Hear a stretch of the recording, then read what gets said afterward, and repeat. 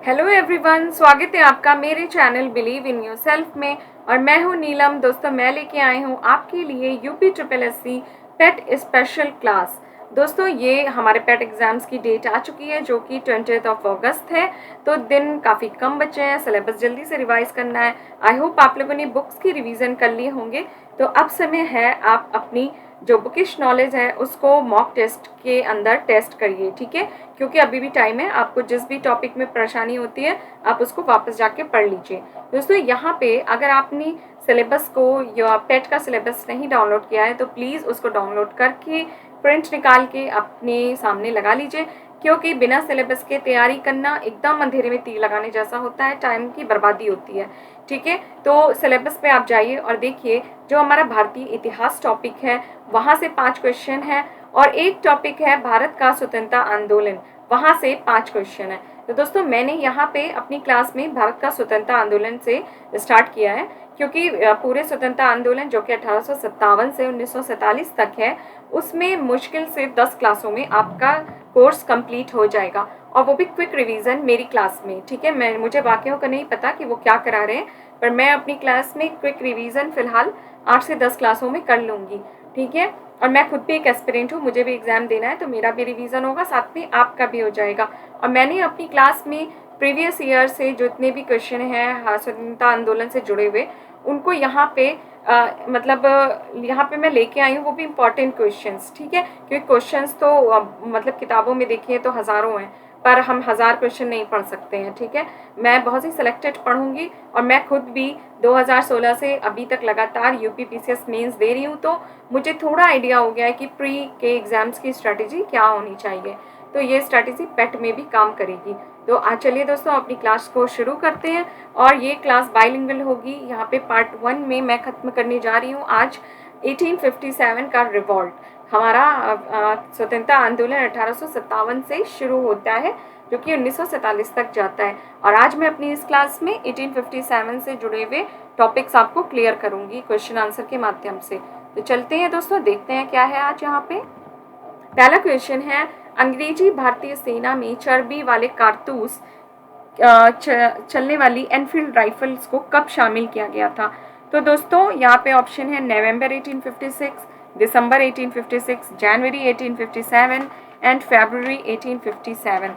दोस्तों, यहाँ पे जो सही आंसर है ये है दिसंबर 1856 में, ठीक है। क्योंकि 57 में तो रिवॉल्ट शुरू हो गया था, 56 में जो मिलिट्री थी उसमें यहाँ पे इस कारतूसों को शामिल किया गया। और जब ये बात पूरे सभी सैनिकों में फैल गई तो हिंदू और मुस्लिम दोनों तरह के सैनिक में असंतोष आ गया। क्योंकि उनके अकॉर्डिंग गाय और मुस्लिम्स के अकॉर्डिंग सुअर, ये मतलब बहुत ही अपराध है, या आप समझ सकते हैं, धार्मिक भावनाएं हर्ट होती हैं, ठीक है, किसी की भी हो। और इसलिए उनमें असंतोष फैल गया, ठीक है। उनको ये विश्वास ही नहीं हो रहा था, उनके अफसरों ने जबकि बिना किसी जांच के कह भी दिया कि नहीं, इसमें ऐसा कोई कारतूस मतलब इस्तेमाल नहीं किया गया, चर्बी नहीं इस्तेमाल की गई है। पर सैनिकों को विश्वास नहीं हुआ, और ये बात सच भी थी, चर्बी उसमें थी, ठीक है। बाद में कई जांचों में ये निकल के आया था। तो ये जो एनफील्ड राइफल थी ये शामिल हुई थी दिसंबर 1856 में। नेक्स्ट क्वेश्चन है दोस्तों, ये बड़ा ही छोटा टॉपिक है, और यहाँ पे ये जो क्वेश्चन मैंने कराए हैं इनसे बहुत ज़्यादा और क्वेश्चन बनते भी नहीं है, ठीक है। अगला क्वेश्चन है, भारत के प्रथम स्वतंत्रता संग्राम का मुख्य तात्कालिक कारण क्या था। ये दोस्तों यहाँ पे हमारा ऑप्शन ए है, लॉर्ड डलहौजी की हड़प नीति। ये बिल्कुल सही है। डलहौजी ने बहुत सारे राज्यों को हड़पा था, जैसे सतारा, संभलपुर, अवध, झांसी, ठीक है। और इन्हें बिना किसी वैलिड रीज़न के हड़प लिया था, ठीक है। कहीं पे कह दिया कि शासन अच्छे से नहीं हो रहा है, कहीं पे कह दिया कि अंग्रेज़ों को हर्ट किया है, झांसी में बोला था गोद लिए हुए पुत्र को आप नहीं गद्दी में बैठा सकते हैं। इस तरह से डलहौजी ने बहुत ही गलत नीति अपनाई थी, जिससे भारतीय बहुत ज़्यादा परेशान तो हो ही रहे थे। बी है, अंग्रेज़ों का धर्म का हस्तक्षेप। दोस्तों देखिए, अंग्रेज़ों ने धर्म में हस्तक्षेप तो किया था, लेकिन ये काफ़ी हद तक मतलब सही भी था। जैसे सती प्रथा को ख़त्म करा था, है ना। सती प्रथा में किया हस्तक्षेप, विधवा विवाह में किया और हिंदू विवाह में किया था, शिक्षा में किया था। बहुत कुछ ऐसा था जो भारतीयों के मतलब भारतीयों द्वारा छोड़ा जाना बिल्कुल असंभव था, क्योंकि हम सब जानते हैं ये सारी प्रथाएं अति क्रूर थी, एकदम जघन्य अपराधों की तरह थी, लेकिन फिर भी किसी में इतना दम नहीं था कि इनको हर्ट कर सके या इन्हें छोड़ सके। तो जो हमारे राजा राममोहन राय थे और ईश्वर चंद्र विद्यासागर थे, इन्होंने बहुत ही मतलब बड़े सालों तक प्रयास किया इन सबको खत्म करवाने के लिए, लेकिन कुछ लोगों को ये धर्म में हस्तक्षेप लगा और ये भी एक बहुत बड़ा वैलिड रीज़न था, ठीक है, विद्रोह होने का। दूसरा था सैनिक असंतोष, ये हम देख चुके हैं, जो न्यू राइफल्स आई थी उनकी वजह से आया था। डी है भारत का आर्थिक शोषण। दोस्तों बहुत इंपॉर्टेंट है, क्योंकि आपने देखा होगा कि जब आपने किताबों में पढ़ा होगा कि ये जब ब्रिटिशर आए तो इन्होंने कच्चा माल हमारे ही देश से उठाया और फिर ये अपने देश लेके गए बहुत ही सस्ते मतलब दामों पे, और उससे प्रोडक्ट बना के वापस इंडिया में लाके बेच दिया, यानी हमारे ही संसाधन को हम ही को बेचा जाने लग गया। तो ये एकदम आर्थिक शोषण करने लग गए, ये हद से ज़्यादा नील की खेती, कपास की खेती, मतलब ज़बरदस्ती करवाते थे नील की खेती, और इन्होंने हथकरघा उद्योग को पूरी तरह से नष्ट कर दिया। ये मतलब ऐसा कहा जाने लग गया था कि मतलब लोग भूखे मरने पे आ गए थे कि उनके पास अब काम ही नहीं बचा था, और जबकि उससे पहले भारतीय अर्थव्यवस्था बहुत अच्छी तरह से काम करती थी, वो चाहे जैसी भी इकोनॉमी रही हो, ठीक है। तो यहाँ पे दोस्तों ऑप्शन छपा नहीं है, बट यहाँ पे ऑल करेक्ट हो जाएगा, ठीक है, ऑप्शन ऑल करेक्ट हो जाएगा। अगला क्वेश्चन है, मंगल पांडे वाली घटना हुई थी, यानी विद्रोह जो हुआ था मंगल पांडे जी का, कहाँ हुआ था? मेरठ में हुआ था या बैरकपुर में हुआ था या फिर अम्बाला या लखनऊ? तो दोस्तों ऑप्शन बी सही है, ये विद्रोह हुआ था बैरकपुर में। और कब हुआ था? 29 मार्च 1857 को, ठीक है दोस्तों। एक बात यहाँ पे याद रखिएगा, मंगल पांडे जी की जो घटना हुई थी वो, और जो विद्रोह हुआ था हमारा 1857 का, वो मतलब पहला दिन नहीं है कि मंगल पांडे ने बैरकपुर में विद्रोह किया था और उसके बाद तुरंत ही पूरे देश में विद्रोह शुरू हो गया था, ऐसा नहीं है, ठीक है। मंगल पांडे जी ने किया था, उसके बाद उस समय कोई टेलीफोन और ये सब तो होता नहीं था, लोगों को एकजुट होने में थोड़ा समय लग गया था। मैं अभी आगे आपको डेट बताऊंगी। नेक्स्ट क्वेश्चन है, मंगल पांडे सिपाही थे, यानी किस रेजिमेंट के थे? उस समय रेजिमेंट होती थी ना, जैसे आज भी होती है गोरखा रेजिमेंट, उसी तरह अंग्रेजों ने भी रेजिमेंट बनाई हुई थी। तो वो थे 19वीं रेजिमेंट के, 35वीं रेजिमेंट के, 49वीं या 94वीं रेजिमेंट के। दोस्तों ऑप्शन बी सही है, हालांकि 35 नहीं होगा, ये होगा 34वीं रेजिमेंट के, ठीक है। और फिर अंग्रेजों ने वो रेजिमेंट ख़त्म भी कर दी थी, यानी 34वीं रेजिमेंट को ख़त्म कर दिया था और मंगल पांडे को पूरे सबके सामने फांसी की सज़ा दी थी। अगला सवाल है, 1857 के विद्रोह के दौरान बहादुर शाह ने किससे साहबे आलम बहादुर का खिताब दिया था? तो दोस्तों इन्होंने जो साहबे आलम बहादुर का खिताब दिया था, ये दिया था, पहला है क्या है ऑप्शन? अजीमुल्ला, बी है बिरजिस कादिर, सी है बख्त खां, डी है हसन खां। दोस्तों ये खिताब दिया गया था, ऑप्शन सी सही है, बख्त खां को। बख्त खां उस समय मतलब दिल्ली में जो इनके शाह आलम, बख्त खां दोस्तों बहादुर शाह द्वितीय का शासन था दिल्ली पे, यानी शासन क्या था, बस एक वो रह गए थे, नाम मात्र के शासक रह गए थे, बहादुर शाह द्वितीय, ठीक है। क्वेश्चन में आता है कि बहादुर शाह थे कौन से, प्रथम या द्वितीय? थे बहादुर शाह द्वितीय थे, ठीक है। और इनके जो मुख्य सेनापति थे ये बख्त खां थे, और इन्हीं को दिया गया था साहबे आलम बहादुर का खिताब। अगला क्वेश्चन है, 1857 की क्रांति का मुख्य कारण था। देखिए दोस्तों यहाँ पे ए बी सी डी में ऑप्शन दिए, ऑल द अबव करेक्ट नहीं दिया गया है, तो आप कैसे समझेंगे? देखिए जन आक्रोश तो था ही, है ना, ईसाई मिशनरी भी था, क्योंकि ये जो है बहुत ज़्यादा इंटरफेयर कर रहे थे और ये लोगों को ईसाई बनाते जा रहे थे, ठीक है। बी था सैनिक असंतोष था, डी है ब्रिटिश साम्राज्य की नीति। तो दोस्तों जब कभी ऐसा क्वेश्चन टकराए तो आप डी पे क्लिक करिएगा, बता रही हूँ क्यों। ब्रिटिश साम्राज्य की नीति के अंदर ये सारे पॉइंट आ जाते हैं, यानी जन आक्रोश, ईसाई मिशनरी प्रबंध, सैनिक असंतोष, सब। और हम यहाँ पे अगर किसी एक को चुनेंगे ना जन आक्रोश, तो ये गलत होगा क्योंकि मल्टीपल रीज़न थे उस समय, ठीक है। तो ये हमारा डी सही हो जाएगा, ब्रिटिश साम्राज्य की नीति। दोस्तों देखिए, एक बात मेरी ध्यान रखिएगा, जब भी आप पेपर देने जाते हैं तो आपको खुद पे भरोसा होना बहुत ज़रूरी है। जैसे मेरे चैनल के साथ आप जुड़ के अगर खुद पे भरोसा ना पा सके तो ये मेरे लिए बड़े ही दुख की बात होगी।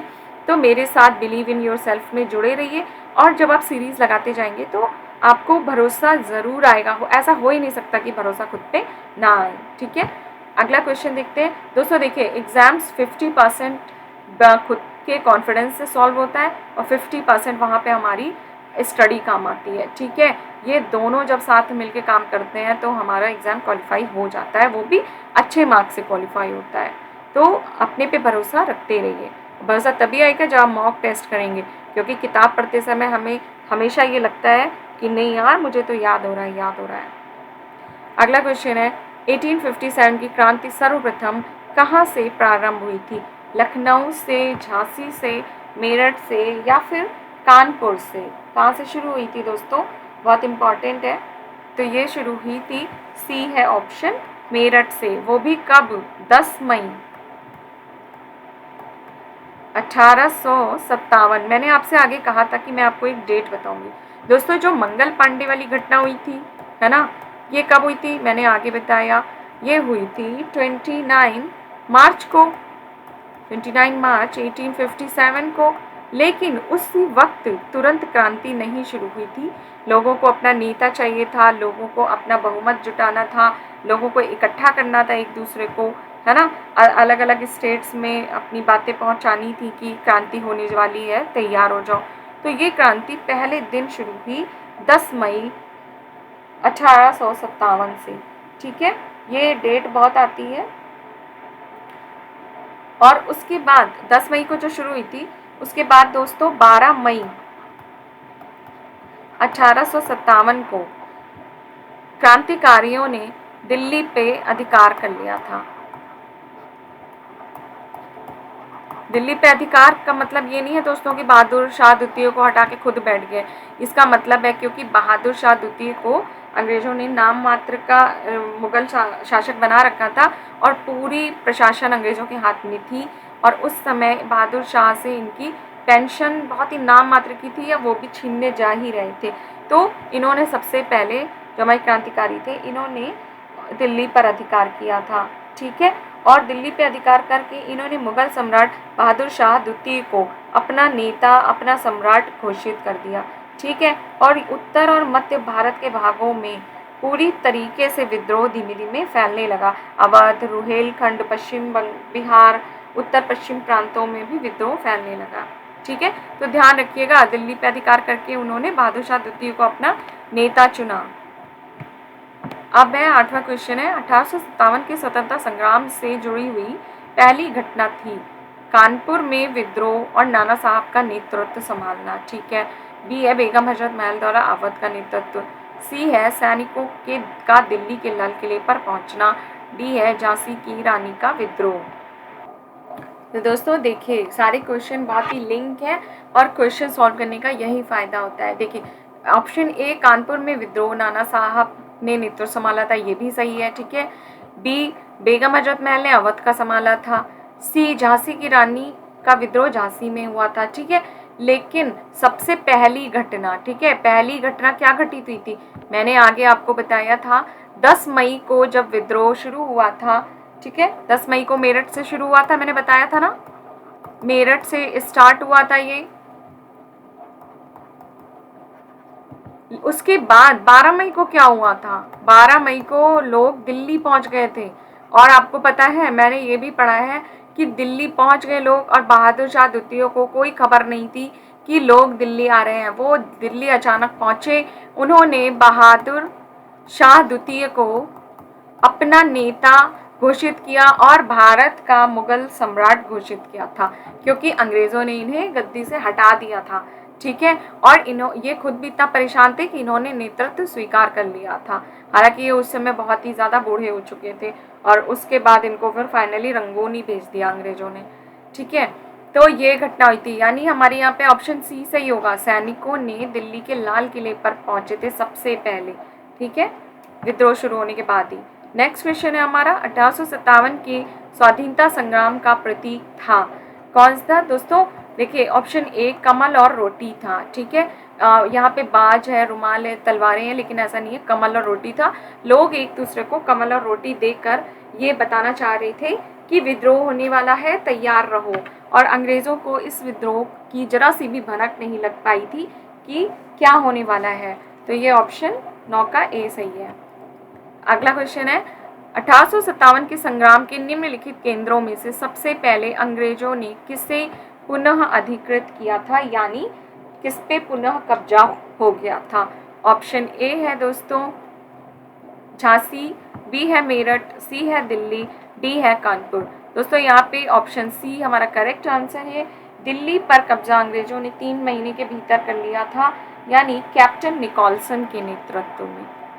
कैप्टन निकोलसन, दोस्तों ये नाम भी आते हैं कि किस अंग्रेज ने कहाँ पे नेतृत्व अपना दिखाया था। तो दिल्ली में कैप्टन निकोलसन अपना नेतृत्व कर रहे थे, मतलब अंग्रेज़ों की तरफ से, और इन्होंने मई में हमारा विद्रोह शुरू हुआ था, ठीक है। उसके बाद सितंबर में दिल्ली पे कब्जा हुआ था। 3 महीने पूरे लग गए थे इनको अंग्रेज़ों को निपटने में, ठीक है। 11वां क्वेश्चन है, 1857 के बरेली विद्रोह के नेता कौन थे? खान बहादुर, बी है कुंवर सिंह, सी है मौलवी अहमद शाह, डी है ब्रिजेश कादिर। दोस्तों हमारा ऑप्शन ए यहाँ पे सही है, बरेली। दोस्तों बरेली में जो नेता थे, जो यानी जो लोगों का नेतृत्व कर रहे थे, वो थे खान बहादुर, ठीक है। और दोस्तों खान बहादुर जो थे ये रुहेलखंड के भूतपूर्व शासक थे, यानी उनके उत्तराधिकारी थे खान बहादुर।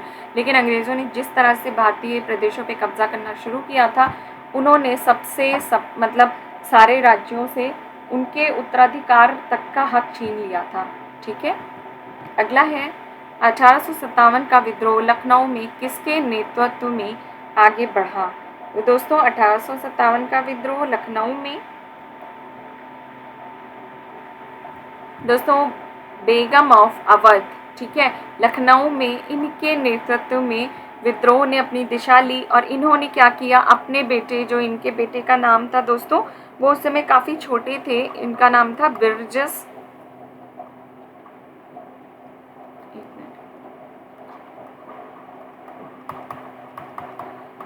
कादिर। इन्होंने ब्रिजेश कादिर को गद्दी पे बैठाया और खुद मैदान में उतर गई लड़ने के लिए। और अंग्रेजों की तरफ से यहाँ पे कौन मतलब किसका नेतृत्व चल रहा था दोस्तों? तो वो थे कैम्पबेल के नेतृत्व में जो है अंग्रेज़ों ने दोबारा अवध पे कब्जा किया था, वो भी 1858 में। पूरे 1 साल लग गए थे इन्हें भी अवध में कब्जा करने में, ठीक है। ये क्वेश्चन क्लियर हो रहा है आपको? अगला है 13वां क्वेश्चन, निम्नलिखित में से कौन इलाहाबाद में 1857 का नेतृत्व कर रहे थे, या कौन उनके नेता थे? ऑप्शन ए है दोस्तों नाना साहब, बी है अजीमुल्ला, सी है तात्या टोपे, डी है मौलवी लियाकत अली। दोस्तों ऑप्शन डी सही होगा। इलाहाबाद में नेतृत्व मौलवी लियाकत अली कर रहे थे, लेकिन इलाहाबाद में अंग्रेज़ों की तरफ से कौन कमांड संभाल रहा था दोस्तों? तो वो था जनरल नील। ये question match of the following से बहुत आते हैं, ठीक है। आपको दोनों चीज़ें पढ़नी है। एक तो भारतीयों की तरफ से कौन था, वो थे मौलवी लियाकत अली, लेकिन अंग्रेज़ों की तरफ से सामने कौन था इलाहाबाद में? जनरल नील था। और अवध में कौन था अंग्रेज़ों की तरफ से? कैंपबेल था, ठीक है। अगले क्वेश्चन पे चलते हैं दोस्तों। 1857 के संघर्ष में भाग लेने वाले सिपाहियों की सर्वाधिक संख्या थी कौन से मतलब राज्य से थी? बंगाल से थी, या बिहार से थी, राजस्थान से थी, या अवध से थी? दोस्तों सबसे ज़्यादा सिपाहियों ने भाग लिया था अवध से, ठीक है। नेक्स्ट क्वेश्चन है, अजीमुल्ला खां सलाहकार थे। अजीमुल्ला खां किसके सलाहकार थे? नाना साहब के, या तात्या टोपे, या रानी लक्ष्मीबाई जी के, या डी कुंवर सिंह के? दोस्तों अजीमुल्ला खां सलाहकार थे नाना साहब के। ऑप्शन ए सही हो जाएगा, ठीक है। और ये इन्हें दोस्तों अजीमुल्ला खां को नाना साहब क्रांति दूत कहते थे, ठीक है, क्रांति दूत के नाम से जानते थे हम सब, ठीक है। अगले क्वेश्चन पे चलते हैं। वर्ष 1857 के विद्रोह के संदर्भ में निम्नलिखित में से किससे उसके मित्र ने धोखा दिया तथा जिसे अंग्रेजों द्वारा बंदी बनाकर मार दिया गया था। ये बहुत ही दुखद था दोस्तों। यहाँ पे ऑप्शन है नाना साहब, बी है कुंवर सिंह, डी है तात्या टोपे और सी है खान बहादुर खान। तो दोस्तों ऑप्शन है हमारा डी यहाँ पे तात्या टोपे, ठीक है। इन तात्या टोपे जी को उनके मित्र ने धोखा दिया था अंग्रेज़ों को उनका पता बता के, ठीक है, और जिससे वो मतलब अंग्रेज़ों द्वारा पकड़ लिए गए थे। दोस्तों कम से कम 1 साल तक अंग्रेज़ इन्हें नहीं पकड़ पाए थे, और अगर इनके जो विश्वासघात ना करते इनके मित्र, तो अंग्रेज़ तात्या टोपे जी को पकड़ भी ना पाते। और जब इन्हें पकड़ने के बाद इनको दोस्तों फांसी की सज़ा दी गई थी अप्रैल 1859 में। और दोस्तों किसी भी तरह से घुमा के क्वेश्चन आ सकता है कि फांसी की सज़ा किसे दी गई थी, तो सज़ा दी गई थी दोस्तों तात्या टोपे को।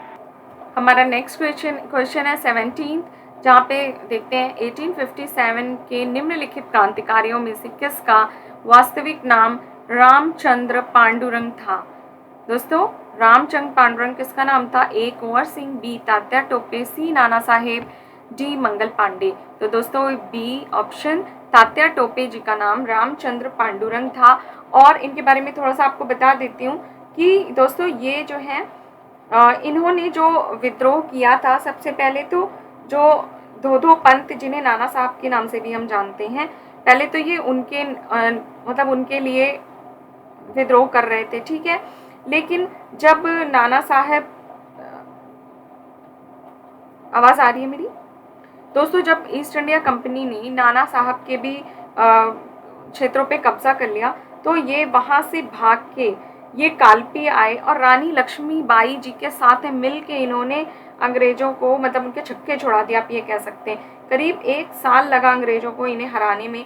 और लेकिन झांसी में जो जनरल हीरोज़ के नेतृत्व में युद्ध हो रहा था दोस्तों, उसमें रानी लक्ष्मीबाई को वीरगति प्राप्त हुई थी और तात्या टोपे फिर भी बच निकले थे। उसके बाद इन्होंने राजस्थान में जाके गोरिल्ला वॉर करके अंग्रेज़ों की हालत ख़राब करी। लेकिन जो इनके परम मित्र थे मान सिंह, उन्होंने इनको धोखा दिया और फिर ये पकड़ लिए गए और इन्हें अप्रैल 1859 में फांसी की सजा हुई, ठीक है दोस्तों। अगला क्वेश्चन है, कुंवर सिंह 1857 के विद्रोह के एक प्रमुख नायक थे, वह निम्नलिखित में से किससे संबद्ध थे? अगला क्वेश्चन है दोस्तों, कुंवर सिंह 1857 के विद्रोह में एक प्रमुख नायक थे, कहाँ से थे दोस्तों? ये बिहार या मध्य प्रदेश या उत्तर प्रदेश या फिर राजस्थान। दोस्तों कुंवर सिंह जो थे ये बिहार से थे, ठीक है, ये बिहार में नेतृत्व कर रहे थे और बिहार के जगदीशपुर, ठीक है, जगदीशपुर से। तो हो सकता है कभी कभी आपको बिहार ना दिया हो, सीधे जगदीशपुर दे दिया जाए, तो दोनों नाम पता रखिएगा, ठीक है। जगदीशपुर से ये लड़ रहे थे और उस समय इनकी एज आपको पता है कितनी थी? 80 साल के थे ये, ठीक है। और इन्हें बिहार का सिंह भी कहते हैं, बिहार का सिंह। बीपीएससी वगैरह के एग्जाम्स में बिहार से जुड़े हुए सवाल आते हैं, तो ये थोड़ा सा पता होना चाहिए, क्योंकि ये क्लास सभी के लिए यूज़फुल है, चाहे वो बीपीएससी हो, यूपी पीसीएस हो या राजस्थान, कोई भी, जीएस तो सेम ही है, ठीक है। तो इन्होंने बिहार से नेतृत्व किया था, ठीक है, और अंग्रेजों की सत्ता भी पलट दी थी। और जब वे कानपुर पर संयुक्त आक्रमण के लिए नाना साहब की मदद के लिए आगे बढ़ रहे थे, तो मतलब लोगों ने इनका बहुत ही उत्साहपूर्वक वो किया था, स्वागत किया था, ठीक है। अगला क्वेश्चन है दोस्तों, पटना के 1857 के स्वतंत्रता संग्राम के नेता थे। दोस्तों अगर क्वेश्चन आए पटना से, बिहार से, जगदीशपुर से, तो उनके जो नेता थे राजपूत कुंवर सिंह। हमने अपने 18वें क्वेश्चन में देखा है इनके बारे में, राजपूत कुंवर सिंह ने वहाँ से नेतृत्व किया था। अगला है, जगदीशपुर के राजा थे। दोस्तों जगदीशपुर के राजा थे, डी है कुंवर सिंह। राजपूत कुंवर सिंह लिखा हो या कुंवर सिंह, बात वही है। अगला क्वेश्चन है, निम्नलिखित में से किसने 1857 में अंग्रेजों से संघर्ष किया? ये तो काफ़ी इजी है, जैसे चंद्रशेखर आज़ाद जी नहीं हो सकते, ये उस समय थे ही नहीं। राम प्रसाद बिस्मिल जी, ये भी नहीं थे, है ना। राम प्रसाद बिस्मिल जी तो मतलब 90s के दशक में कर रहे थे।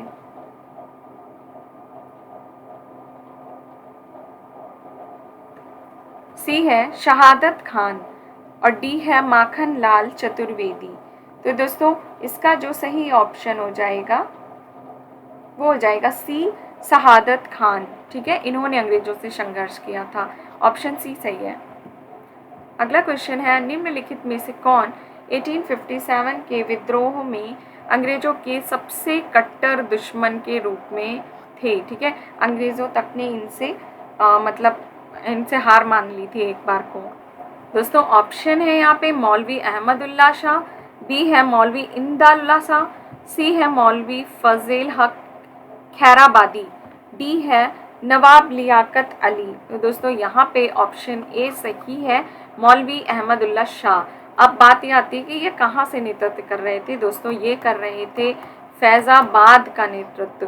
वेरी इंपॉर्टेंट क्वेश्चन है, एग्जाम्स में पहले बहुत बार आ चुका है और इन्होंने अंग्रेज़ों की हालत ख़राब कर दी थी और ये बहुत ही कट्टर दुश्मन थे। एक बात और है दोस्तों, ये जो अहमदुल्ला शाह थे ये तमिलनाडु के रहने वाले थे, तमिलनाडु के अर्काट से। ठीक है, लेकिन ये फैज़ाबाद आ गए थे और वहीं पे बस गए थे और ये मतलब इन्होंने बहुत ही साहसपूर्वक अंग्रेज़ों से विद्रोह किया था। ठीक है, अगला क्वेश्चन है, 1857 के स्वतंत्रता संग्राम में किस राजवंश ने अंग्रेज़ों की बहुत ज़्यादा हेल्प करी थी? दोस्तों 1857 का जो विद्रोह था ना, ये मतलब भारतीय जीत लेते अगर कुछ भारतीय राज्य अंग्रेज़ों की हेल्प ना करते तो। और ये दोस्तों वेरी इंपॉर्टेंट क्वेश्चन के अंतर्गत है। ठीक है, ए है ग्वालियर के सिंधिया, बी है इंदौर के होलकर, डी है रामगढ़ के लोधी और सी है नागपुर के भोसले। तो दोस्तों ऑप्शन है ए। ठीक है, ग्वालियर के सिंधिया जो थे ना, इन्होंने अंग्रेज़ों की बहुत ही ज़्यादा हेल्प करी थी और कैनिंग जो उस समय दोस्तों वायसराय थे, कैनिंग को ये तक कहना पड़ा था कि अगर सिंधिया भी विद्रोह में शामिल हो जाएं तो हमें कल ही अपना बिस्तर लेके यहाँ से हटना पड़ेगा। ये हालत थी। 1857 का विद्रोह इस कदर था पर कुछ भारतीयों ने साथ नहीं दिया, जिसकी वजह से हम आने वाले 100 सालों के लिए 100-200 सालों के लिए दोबारा से बंदी बन गए थे। ठीक है, अगला क्वेश्चन है, साहूकार निम्नलिखित वर्गों में से किसने 1857 के विद्रोह में भाग नहीं लिया था? ये साहूकार गलत, यहाँ पे ऑप्शन आ गया है, मतलब सिर्फ है यहाँ पे निम्नलिखित के वर्गों ने। पहला है खेतिहर मजदूर, दूसरा है साहूकार, तीसरा है कृषक, चौथा है ज़मींदार। तो आपको निम्नलिखित में से अपना ऑप्शन चुनना है। दोस्तों यहाँ पे आपको बताना है किसने भाग नहीं लिया था। ठीक है, तो दोस्तों भाग नहीं लिया था केवल एक, या फिर बी ऑप्शन है 1 और 2। कभी कभी टाइप होने में दोस्तों गलती हो जाती है क्योंकि मैं खुद अकेले टाइप करती हूँ ना, इस वजह से। केवल 2। तो दोस्तों यहाँ पे देखिए, खेतिहर मजदूर ने तो भाग लिया ही था क्योंकि इसके ऊपर सबसे ज़्यादा आफत छाई थी ब्रिटिश के समय। ठीक है, इन्हें एकदम मतलब ज़मीन से हटा दिया गया, कोई व्यवसाय था नहीं इनके पास, तो ये विद्रोह करने के लिए मजबूर हो चुके थे। और कृषक हम सब जानते हैं, नील की खेती और बहुत मतलब ऊंची जो है फसल की दर और इनका ब्याज वसूलना, ठीक है, ज़मींदारी, ये सारे लोग ने इन कृषकों को पूरी तरीके से परेशान करके रखा था। तो ये दोनों वर्ग तो शामिल हुआ था, ये वर्ग शामिल था, लेकिन जो साहूकार थे और जो ज़मींदार थे इन्हें कोई दिक्कत थी नहीं, पैसा इनके पास हो ही रहा था और ये गरीबों का खून चूस ही रहे थे, तो ये अंग्रेज़ों का साथ क्यों छोड़ेंगे। इन्होंने 1857 के विद्रोह में भाग नहीं लिया था। बहुत बार ये सवाल आते हैं। ठीक है, तो हमारा ऑप्शन 2 और 4 सही हो जाएगा, यानी ऑप्शन सी। अगला क्वेश्चन है, निम्नलिखित में से कौन सा एक क्षेत्र 1857 के विद्रोह से प्रभावित नहीं था? कौन सा नहीं था? झांसी था ही, जगदीशपुर भी था कुंवर सिंह के नेतृत्व में, है ना, चित्तौड़ और लखनऊ, लखनऊ भी था बेगम हजरत दोस्तों चित्तौड़ जो है यहाँ पे 1857 की आग नहीं फैली थी, ठीक है। दोस्तों बहुत सारे नॉर्थ में, साउथ में, क्योंकि ये जो जो विद्रोह हुआ था ना, ये मध्य और उत्तर भारत में हुआ था, यानी दिल्ली के आसपास के क्षेत्रों में ही हुआ था। साउथ तक तो पता भी नहीं लगा कि विद्रोह चल रहा है, ठीक है। चलते हैं अपने अगले क्वेश्चन पे। अब आपको यहाँ पे मैच करना है, ठीक है, कि कौन सा किस स्टेट से विद्रोह में शामिल था। तो दोस्तों ऑप्शन कौन सा हो जाएगा, पहले हम मैचिंग कर लेते हैं। देखिए दोस्तों, बख्त खां जो थे ये दिल्ली में थे, ठीक है। अभी आगे हम लोगों ने पढ़ा नहीं था कि बहादुर शाह ने इन्हें एक उपाधि दी थी, है ना। बख्त खां दिल्ली में हो गए। मौलवी अहमदुल्ला दोस्तों शामिल थे आरा से, ठीक है। कुंवर सिंह शामिल थे कानपुर। नाना साहब शामिल थे, नहीं, एक मिनट, कुछ गलत हो गया दोस्तों ये क्वेश्चन गलत टाइप हो गया है, ये इसकी मैचिंग है नहीं, ठीक है। मैं अभी आपको आगे लिख के इसको बता दूंगी। खैर अभी हम अपने नेक्स्ट क्वेश्चन पे चलते हैं। नेक्स्ट क्वेश्चन भी दोस्तों क्रांतिकारी के नाम और स्थान दिए हुए हैं, इन्हें मिलाना है। तो दोस्तों देखिए, नाना साहब जो थे ये थे कानपुर से, ठीक है। नाना साहब कानपुर। नवाब हामिद अली खां दिल्ली से थे। मौलवी अहमदुल्ला सी है दोस्तों लखनऊ। डी है मनी राम दीवान, दोस्तों ये थे असम से, ठीक है। ये दोस्तों थोड़ा सा टिपिकल पड़ेगा, पर आप एक दो बार सॉल्व करेंगे तो हो जाएगा। अगला क्वेश्चन है, 1857 के विद्रोह के समय भारत का गवर्नर जनरल कौन था। दोस्तों भारत का गवर्नर जनरल 1857 में बना दिए गए थे लॉर्ड कैनिंग, क्योंकि डलहौजी का जो कार्यकाल था वो 56 में ख़त्म हो गया था। उसके बाद गवर्नर जनरल बने हैं लॉर्ड कैनिंग, और फिर ये पहले वाइसराय बने 1857 के बाद में, ठीक है। 29 है, 1857 का प्रथम स्वतंत्रता संग्राम असफल हुआ क्योंकि भारतीय सिपाहियों में उद्देश्य एवं एकता की कमी थी, या फिर प्रायः भारतीय राजाओं ने ब्रिटिश सरकार का साथ दिया, या ब्रिटिश सिपाही कहीं अच्छे सज्जित तथा संगठित थे। उपरयुक्त सभी। दोस्तों यहाँ पे ऑल सही हैं, क्योंकि उद्देश्य और एकता की इसलिए कमी थी क्योंकि दोस्तों ये नहीं मतलब सब में फैला पाए थे कि विद्रोह होने जा रहा है। फिर किसी को जो कुछ अंग्रेज़ों के साथ ही खुश थे उन्होंने पार्टिसिपेट नहीं किया। एकता की बहुत कमी थी। सिर्फ मजदूर वर्ग, किसान और जैसे जो रेजिमेंट थी, सिर्फ उनके लोगों ने विद्रोह में साथ दिया था, ठीक है। और आपने अभी आगे ही देखा कि उनके परम मित्र जो रामचंद्र पांडुरंग थे, उनके परम मित्र ने उन्हें खुद ही धोखा दे दिया सिर्फ अंग्रेज़ों के साथ मिल जाने के लिए। तो ये तो एक मुख्य कमी थी, ठीक है, कि असफल हुआ विद्रोह। बी है, प्रायः भारतीय राजाओं ने ब्रिटिशों का साथ दिया, सही है। और देखिए ब्रिटिश सिपाही जाहिर सी बात है बहुत अच्छे से सुसज्जित थे, उनके पास हथकंडे थे, राइफल्स थी, और उनके रोज एक्सरसाइज एक्सेट्रा होना। पर भारतीय ने जब रेजिमेंट छोड़ दी तो उनके पास तो डंडे बचे। आप बंदूक और डंडे का तो कोई सामना हो ही नहीं सकता ना, इसलिए ये विद्रोह असफल हो गया था। वरना शायद एक बार को हो सकता है तभी हम लोग सब स्वतंत्र हो गए होते, ठीक है। अगला सवाल है, 1857 के संग्राम को प्रथम स्वतंत्रता संग्राम नाम किसने दिया। दोस्तों ये मतलब कि बहुत ही इम्पॉर्टेंट क्वेश्चन है और कई बार आता भी है और आपको ये पता होना चाहिए, ठीक है। प्रथम स्वतंत्रता संग्राम दोस्तों वी ए स्मिथ या फिर पी रॉबर्ट्स या वी.डी. सावरकर या सभी ने। दोस्तों वी.डी. सावरकर ने पहली बार भारतीय स्वतंत्रता संग्राम जो 1857 की क्रांति हुई थी उसको प्रथम स्वतंत्रता संग्राम नाम दिया था, क्योंकि बहुत सारे लोगों में इसको स्वतंत्रता संग्राम इसलिए नहीं कहते हैं क्योंकि 1857 का जो विद्रोह था वो एक सीमित लक्ष्य और सीमित क्षेत्र को लेकर शुरू हुआ था, जबकि स्वतंत्रता संग्राम की डेफिनेशन होती है कि पूरा भारत ही जुट जाए अपने को मुक्त कराने में। पर फिर भी वी.डी. सावरकर ने कहा था कि ये प्रथम स्वतंत्रता संग्राम है। नेक्स्ट है, भारतीय स्वाधीनता आंदोलन का सरकारी इतिहासकार कौन था। दोस्तों सरकारी इतिहासकार स्वतंत्रता आंदोलन के थे एस.एन. सेन। दोस्तों देखिए, ऑप्शंस को बहुत ज़्यादा मत देखा करिए, एकदम से बहुत ही कन्फ्यूज़न होता है। आपने आँख बंद करी, क्वेश्चन आपके सामने है कि भारतीय स्वतंत्रता आंदोलन का सरकारी इतिहासकार कौन था, आपने खट से सोचा एसएन सेन है, आपने ज़्यादा चीज़ें पढ़ी नहीं। तो जब यहाँ पे बहुत सारे ऑप्शन देख लेते हैं ना, तो एकदम से कन्फ्यूज़न होने लगता है। ठीक है, अगला है, महारानी विक्टोरिया ने भारतीय प्रशासन को ब्रिटिश राज के नियंत्रण में लाने के लिए कब घोषणा करी। दोस्तों जब ये संग्राम खत्म हुआ ना, उसके बाद अंग्रेज वाकई में इतना ज़्यादा डर गए थे अपनी जान माल को लेके। ऐसा नहीं है कि सिर्फ इस संग्राम में भारतीय मरे थे दोस्तों, ब्रिटिशों की पूरी पूरी कॉलोनियाँ जला दी गई थी, बच्चे, उनकी औरतें, बहुत लोग मरे थे। अगर आप लखनऊ कभी आते हैं तो आप रेजिडेंसी जाइए, वहाँ पे देखिए, मतलब एक आपको लगेगा एक इतिहास चल रहा है आपके सामने।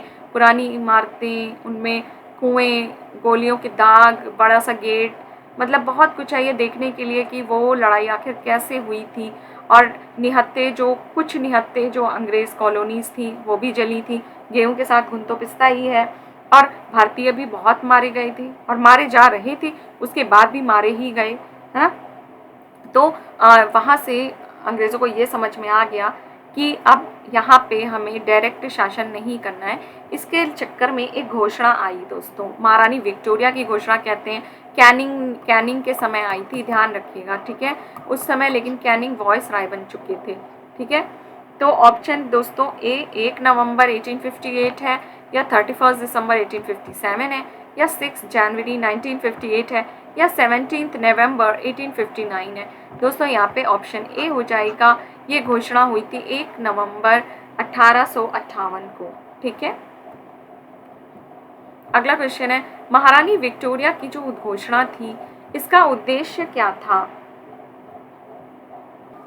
दोस्तों हमारा यहाँ पॉइंट ए है, भारतीय राज्यों को ब्रिटिश साम्राज्य में मिलाने के किसी भी विचार का परित्याग करना। 2 है, भारतीय प्रशासन को ब्रिटिश क्राउन के तहत लेके आना। तीसरा है, भारत के ईस्ट इंडिया कंपनी के व्यापार का नियमन करना, ठीक है। नीचे दिए गए कथनों में से कौन सा सही है। तो दोस्तों देखिए, जो महारानी विक्टोरिया की जो घोषणा हुई थी वो 1858 का एक एक्ट बन के आई, ठीक है। उसमें बहुत सारे क्लॉज किए गए, जैसे ईस्ट इंडिया कंपनी के शासन का अंत कर दिया गया। अब शासन सीधे महारानी विक्टोरिया यानी ब्रिटिश क्राउन के अंतर्गत आ गया, ठीक है। और साथ में इस एक्ट में भारत में हस्तक्षेप करने की जो असीमित शक्ति थी ना कंपनी के पास, वो सब कुछ छीन लिया गया। यानी अब शासन कौन करेगा, क्राउन करेगा। शासन अब क्राउन के अंतर्गत चला गया, ठीक है। पहले तो ये कंपनी वाले कर रहे थे शासन। और कैनिंग को वाइसराय बना दिया गया। वाइसराय का सीधा मतलब था कि अब वो महारानी का प्रतिनिधित्व करेंगे भारत में रह के, ठीक है।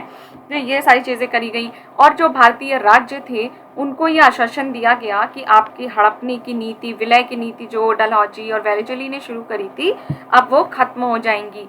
यानी हड़प नीति और विलय की नीति, दोस्तों ये दोनों नीतियों को खत्म कर दिया गया, ठीक है। और कहा गया कि भारतीय जो राज्य हैं वो डरे नहीं, उनका जो अस्तित्व है वो वैसे के वैसा ही बना रहेगा, ठीक है। तो यहाँ पे ब्रिटिश क्राउन के अंतर्गत आ गया। हमारा 1 भी सही है, हमारा 2 भी सही है, और हमारा 3 है, कंपनी ने व्यापार का नियमन किया। दोस्तों कंपनी ईस्ट इंडिया कंपनी के व्यापार का नियम तो 1813 और 1833 के चार्टर एक्ट में ऑलरेडी हो चुका था, ठीक है। इस विक्टोरिया घोषणा में व्यापार के बारे में कोई भी बात नहीं की गई थी।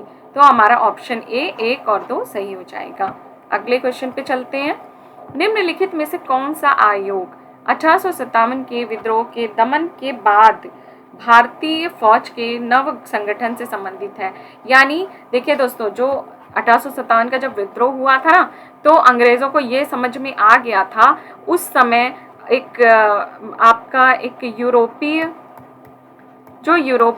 लोग थे, है ना, और जो भारतीय थे, सेना में उनका अनुपात था 1:2 में, ठीक है। यानी कि भारतीय बहुत ज़्यादा थे, यूरोपीय कम थे, आधे से भी कम थे, ठीक है।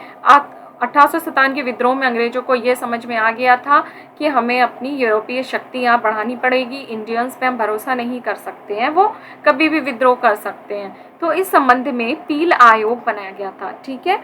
पील आयोग ने दोस्तों भारतीय फौज का नए तरीके से गठन करने को बोला था और इन्होंने ये बोला था कि अब यूरोपीय और भारतीयों का जो रेशियो होगा ये हो जाएगा दोस्तों उल्टा हो जाएगा, 2:1 कर देना, ठीक है। यानी अब यूरोपियों की संख्या बढ़ाओ और भारतीयों की संख्या कम कर दो, बिल्कुल ही कम कर दो, ठीक है। और उनकी संख्या घटा के दोस्तों करीब 2.5 लाख पहले हुआ करते थे, उसके बाद पील आयोग के अनुसार घटा के संख्या एकदम से 1.5 लाख के करीब कर दी गई थी, यानी 1 लाख सैनिकों को हटा दिया गया था। और सेना को, रेजिमेंट को दोस्तों इन्होंने बहुत अच्छा गेम खेला, हमको जाति, समुदाय और धर्म के रूप में रेजिमेंट भी बांट दी दोस्तों, क्योंकि अंग्रेज देख रहे थे कि भारत में जो मतलब एक कल्चर जो चला आ रहा है वो जाति, समुदाय, धर्म के आधार पे बहुत ही बटे हुए लोग हैं और अब इनको बांटने का सही समय आ गया है, ठीक है। उन्होंने रेजिमेंट भी इसी के अकॉर्डिंग बांट दी और ये सब कुछ पील आयोग के तहत किया गया था। अगला क्वेश्चन है 1857 के विद्रोह के कारणों में निम्नलिखित में से कौन सा सही है? वैलेजली की सहायक संधि सही है। अंग्रेजों द्वारा भारतीय रीति रिवाजों में हस्तक्षेप बिल्कुल सही है। तीसरा है सैनिकों के साथ भेदभावपूर्ण व्यवहार, बिल्कुल सही है। चौथा है चर्बी वाले कारतूसों का प्रयोग, सही है। यानी ऑप्शन 1, 2, 3, 4 सही हो जाएंगे।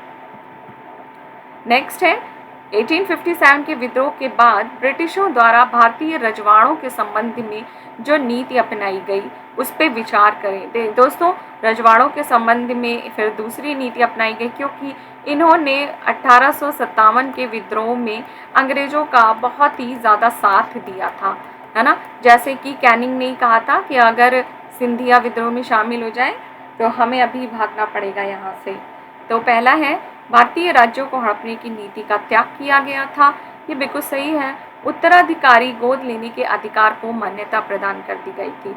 दोस्तों ये बिल्कुल सही है। उन्होंने उत्तराधिकारी वाले मतलब मामले में अंग्रेज़ों ने सारे हस्तक्षेप छोड़ दिए थे कि हमें कोई भी हस्तक्षेप नहीं करना है भारतीय राज्यों में, ठीक है। तो 1 और 2 दोनों सही है। ऑप्शन हमारा सी सही हो जाएगा, 1 और 2 दोनों।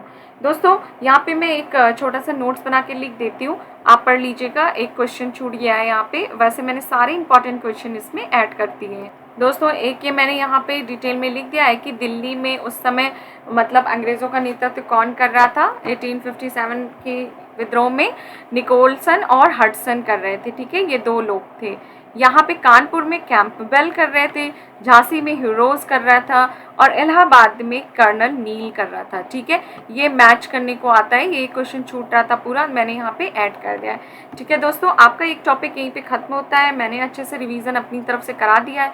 आपको जो भी दिक्कत हो प्लीज़ कमेंट बॉक्स में करके बताइए और चैनल के साथ बिलीव इन योरसेल्फ में बने रहिए और मैं आपके लिए अगला वीडियो जल्दी से लेके आती हूँ। तब तक आप रिवीजन करिए। Take care, bye.